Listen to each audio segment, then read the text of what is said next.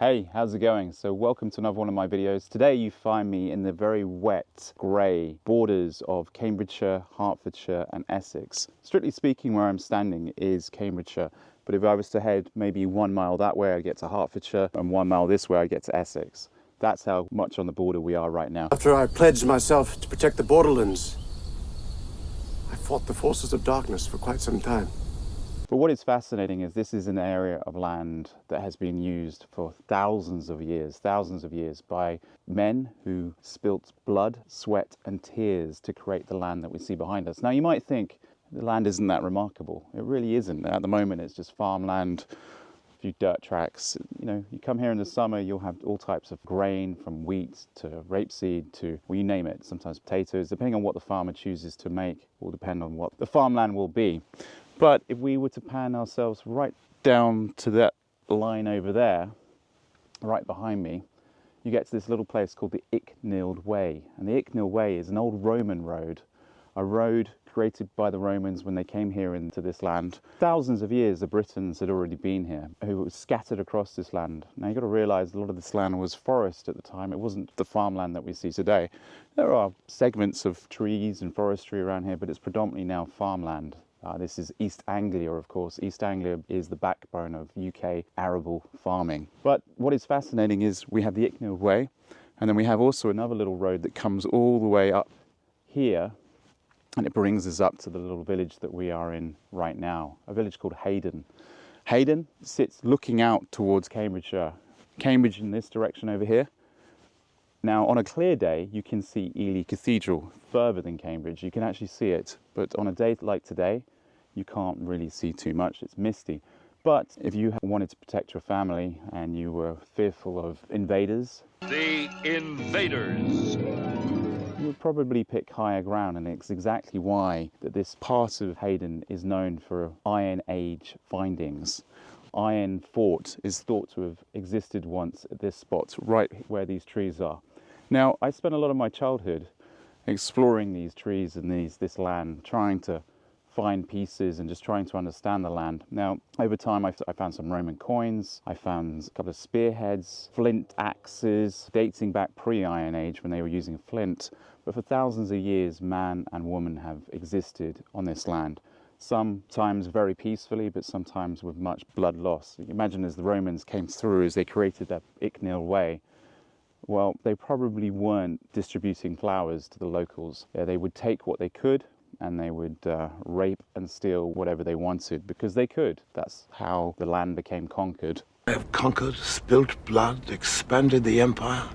What I'm going to do, I have a bag with me, this bag right here.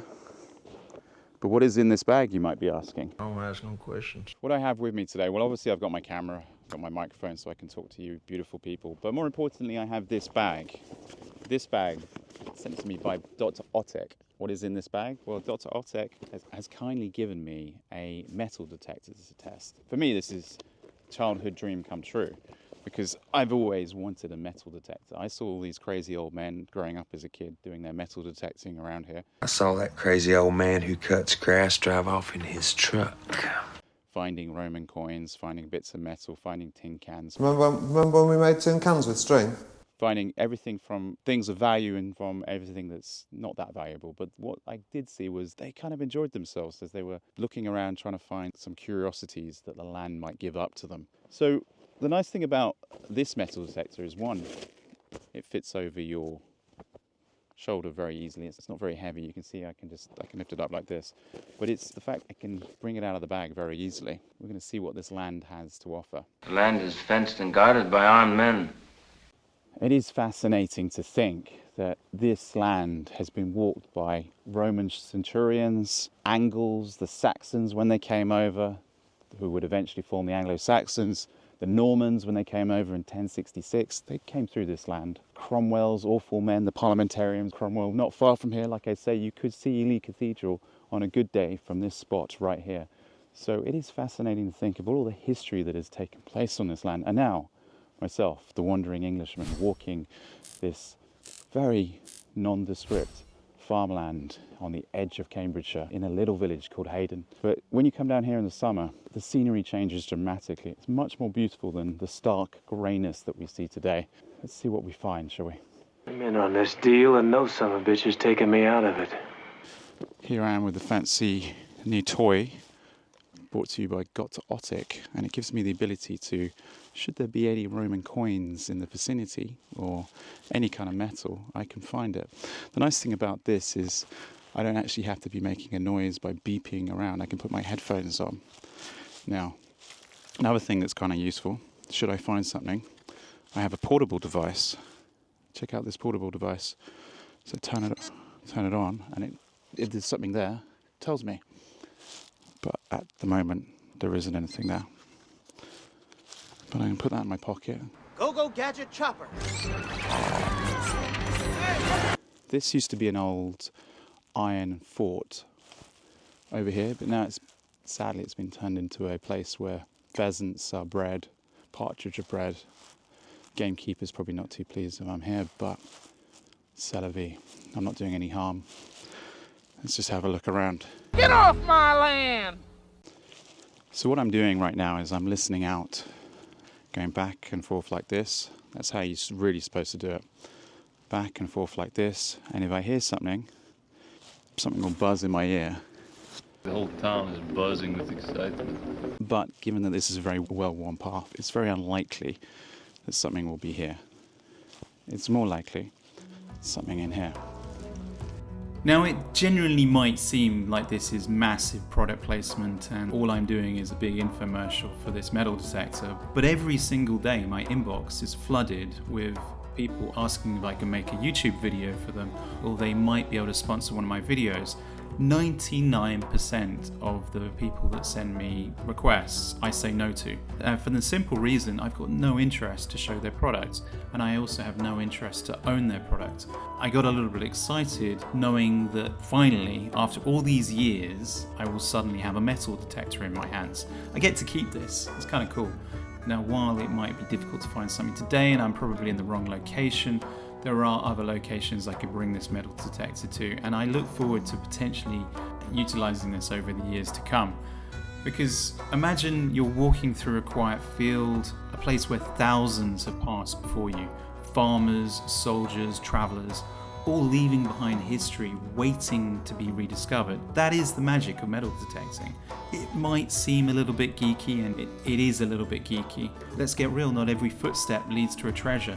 Sometimes you might be digging in the mud, or just waving your rod from left to right, unsure where exactly that target is. But here's the thing, at least I have the right tool that can make all the difference. When you work on your mysterious lady part stuff, you should have the right tools too. Now, while I don't really expect to find too much, it is possible if you spend hours and hours walking up and down the fields, as long as you get permission from the farmers, you'll probably find something. In the past, I found some coins. In the past, I found some arrowheads and even half a blunt sword once when I was a kid. What is remarkable about this is when you choose to dig up the soil and you find something, you can use the shovel that this pack comes with. Now look at this, this is quite nifty. Now this obviously could strap to your belt. I'm choosing to keep it in the bag, keep it nice and clean. It's not actually a knife, although it does look like a knife. It's this nifty shovel. Look at that, it even tells you how many 6 inches. Tells you what 6 inches is, guys. You can sort of dig down when you find something. Quite remarkable, in fact. And all this for a very fair price. I have to say, I think this is going to get lots of use in the future. You can use this on beaches. Oh, yikes. Some of the remarkable things that have been found in this area have been a whole stash of gold coins. Now, what's nice is when you're utilizing this, it tells you what potential you can see. Everything from cans to coins to silver and gold. It's all sort of segmented. They give off a different tone in your ears. It's really quite remarkable. Now, I'm extremely new to metal detecting, so much so that I've realized since filming this that I think I have the metal detector rod on slightly backwards.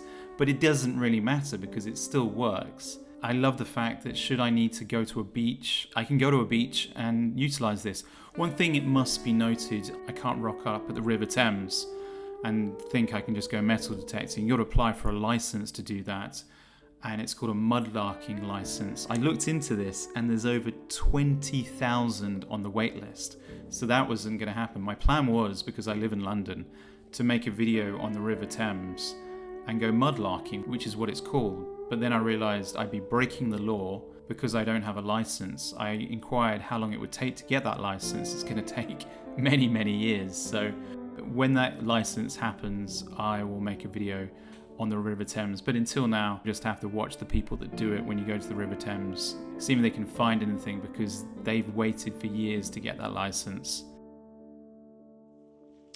Now, obviously, depending on the environment, depends on when you should really have the headphones in or out. Ideally, when you're not trying to disturb the surrounding environment. Like, for example, like right now I'm in a valley, and who knows what's on the other side of that fog. The last thing I want is a irate gamekeeper running across his field going, "Oh, what's going on?"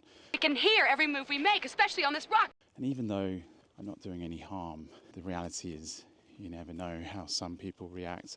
For example, flying a drone in this country, perfectly legal, but the amount of people that get in trouble with flying drones over people's farms or fields is unbelievable. The person with the drone is in the right, just in the same way that it's public land, you're not really doing any harm. And having spent many, many years walking around these little tracks, I find myself, as long as I'm not doing any harm, and here's the thing, if I found something, of course I'm going to tell the person whose land it belongs to. That's the right thing to do. And I think that's always the right thing to do. The exceptions are, if you're metal detecting along the beaches, well, that's effectively, it's a free-for-all. So, for example, if a cargo ship breaks its hull and all the goods start spilling into the sea and then they land on the shore, you're entitled to those goods. If you're the first person to salvage them, it's basically considered as salvage. Salvage what you can. And it's the same when it comes to picking up coins on the beaches and things like that. Perfectly acceptable. Debatable. It's an incredibly popular pastime with certain segments of the population. I have to admit, never thought I'd have one myself, but it is an enjoyable way to spend a few hours on maybe a misty day, but hopefully next time a more sunny day. And maybe next time, who knows what we will find. If you're interested in this kit, there's a link in the description and there's a link in the comments. Use my discount code in the checkout and you'll get a discount. That code, I believe, will work indefinitely. And if it doesn't, email me and I will reach out to them, or simply email them and say, "Hey, where's the Wandering Englishman's discount code?"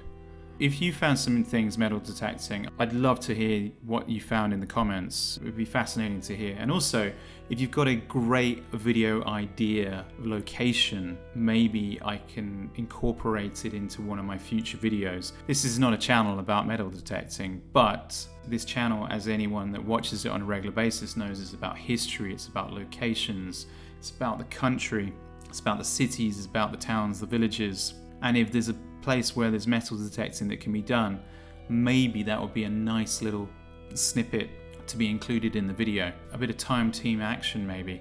I'm excited about owning this toy and I hope to use it again in the near future. Thank you to Ötek for supplying the metal detector, and thank you as always to you guys for watching the video and being part of this experience. A big thank you to my members, my Patreons, my Subscribe Star people, those that buy me coffees, and those that tweet me, send me Instagrams. I love the interactions. So until next time, watch one of my many other videos and I will hopefully see you in the next video. Until next time, keep progressing.